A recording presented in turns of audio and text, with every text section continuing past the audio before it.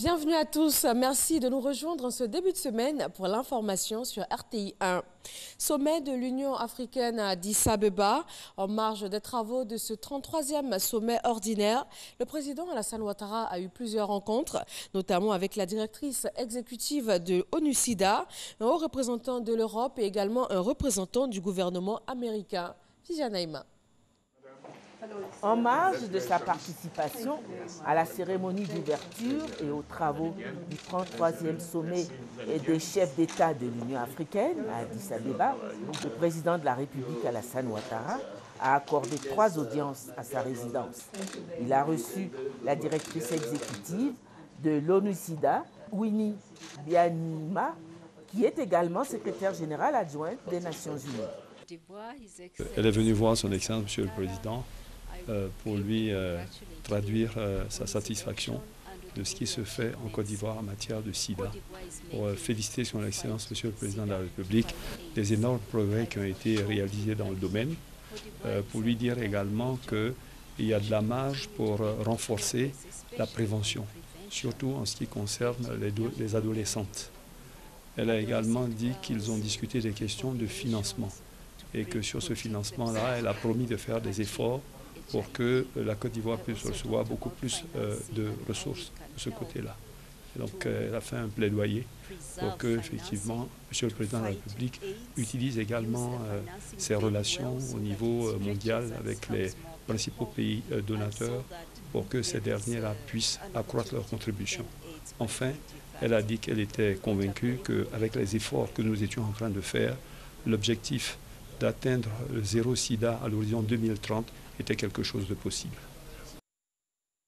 Le président de la République a également eu un entretien avec le président du Conseil européen, Charles Michel, qui était accompagné du vice-président de la Commission européenne, par ailleurs, haut représentant de l'Union européenne pour la politique étrangère et la sécurité.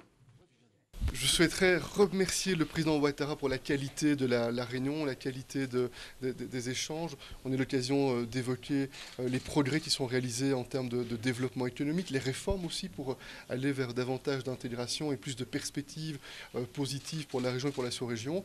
On a abordé aussi les questions sécuritaires, la situation dans le cadre du G5 Sahel, l'importance d'un dialogue avec les différents responsables politiques dans la région. Et merci pour les échanges qui ont été possibles sur ce sujet, et j'ai indiqué la mobilisation de l'Union européenne, des États membres de l'Union européenne.